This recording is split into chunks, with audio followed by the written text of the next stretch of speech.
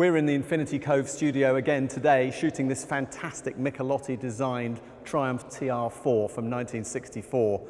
It changed the way that Triumphs were to look for another decade, and we're shooting it for a new book I'm doing on iconic sports cars.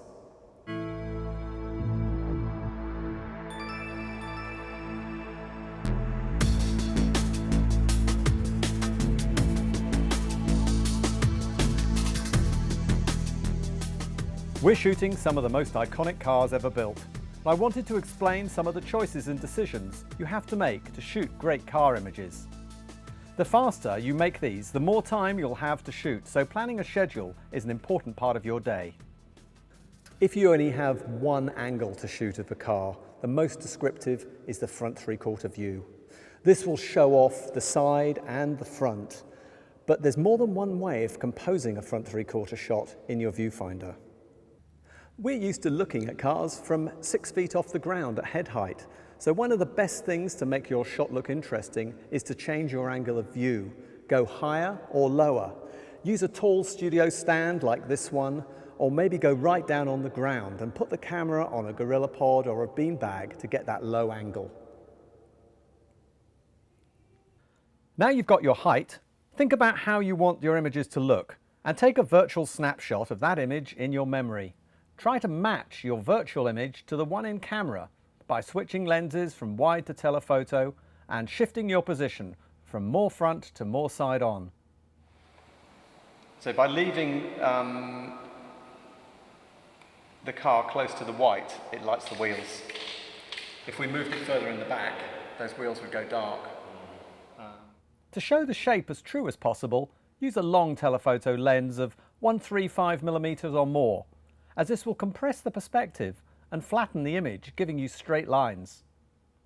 Control your depth of field carefully to make sure the car is sharp from nose to tail, using a small aperture of f/22 or more.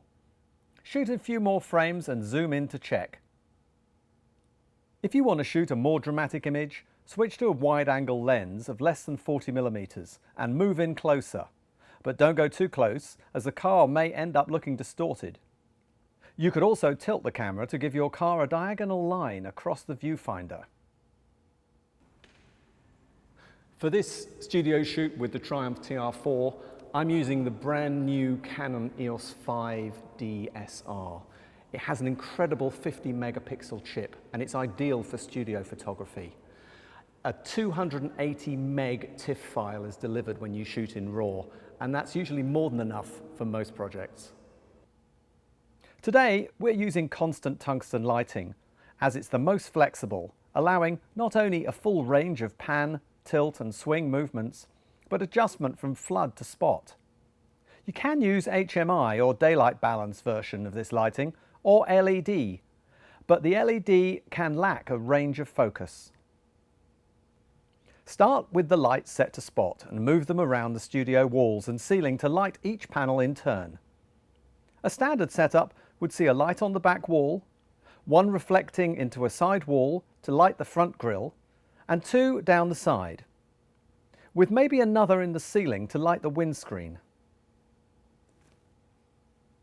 Remember, this setup will change for different cars, and as you move the car around the studio or switch camera position or change lens, so it's vital to have an assistant to move the lighting as you view from camera. With your lighting roughly in the places you want them, slowly flood the lamps to get the best effect. Remember, if a light is too bright on one panel, you can switch it off during the exposure, or move it closer or further away from the wall to reduce its effect.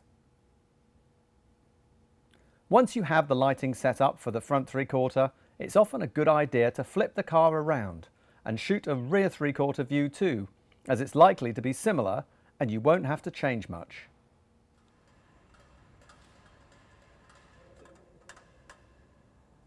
It's very useful if you have a pair of these small direct inky-dinky lights to use them to get light into the deep shadows in engine bays and cockpits.